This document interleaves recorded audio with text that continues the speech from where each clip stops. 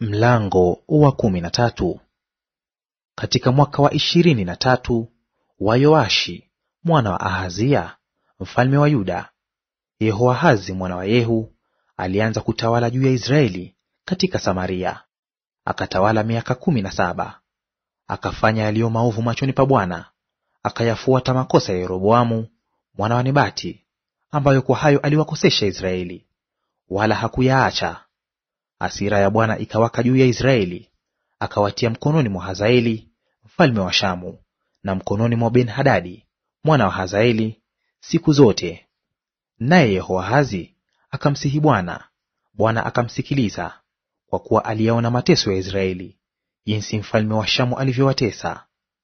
Bwana akawapa Israeli mwokozi, nao wakatoka mikononi mwa Washami. Wana wa Israeli wakakaa hemani mwao kama zamani za kwanza, lakini hawakuyaacha makosa ya nyumba ya Yeroboamu, ambayo kwa hayo aliwakosesha Israeli, lakini wakaendelea katika hayo. Nayo ile Ashera ikakaa vivyo katika Samaria, kwa kuwa hakumwachia Yehoahazi watu, ila wapandao farasi 50 na magari 10 na askari 10,000 waendao kwa miguu. Kwa kuwa mfalme wa Shamu aliwaharibu, akawaponda mfano wa mavumbi yaliyokanyagwa. Basi mambo yote ya Yehoahazi yaliyosalia na yote aliyoyafanya na ushujaa wake, je, hayakuandikwa katika kitabu cha tarehe cha wafalme wa Israeli? Yehoahazi akalala na babaze, wakamzika katika Samaria. Na Yehoashi mwanawe katika mwaka wa 37 wa Yoashi mfalme wa Yuda, Yehoashi mwana wa Yehoahazi alianza kutawala juu ya Israeli katika Samaria, akatawala miaka 16. Akafanya yaliyo maovu machoni pa Bwana, hakuyaacha makosa ya Yeroboamu mwana wa Nebati, ambayo kwa hayo aliwakosesha Israeli, lakini akaendelea katika hayo. Basi mambo yote ya Yehoashi yaliyosalia na yote aliyoyafanya na ushujaa wake aliyopigania na Amazia mfalme wa Yuda, je, hayakuandikwa katika kitabu cha tarehe cha wafalme wa Israeli? Yehoashi akalala na babaze, na Yeroboamu akakaa katika kiti chake cha enzi. Naye Yehoashi akazikwa huko Samaria pamoja na wafalme wa Israeli. Basi Elisha alikuwa ameshikwa na ugonjwa wake uliomuua.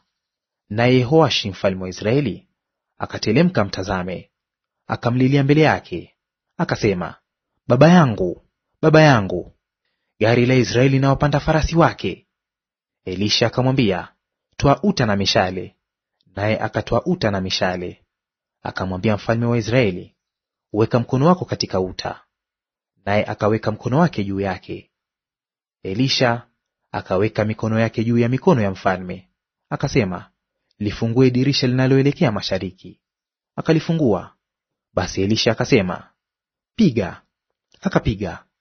Akasema, mshale wa Bwana wa kushinda, naam, mshale wa kushinda Shamu, kwa maana utawapiga Washami katika Afeki hata utakapowaangamiza. Akasema, itwae mishale. Akaitwaa. Akamwambia mfalme wa Israeli, piga chini. Akaipiga nchi mara 3, akaacha.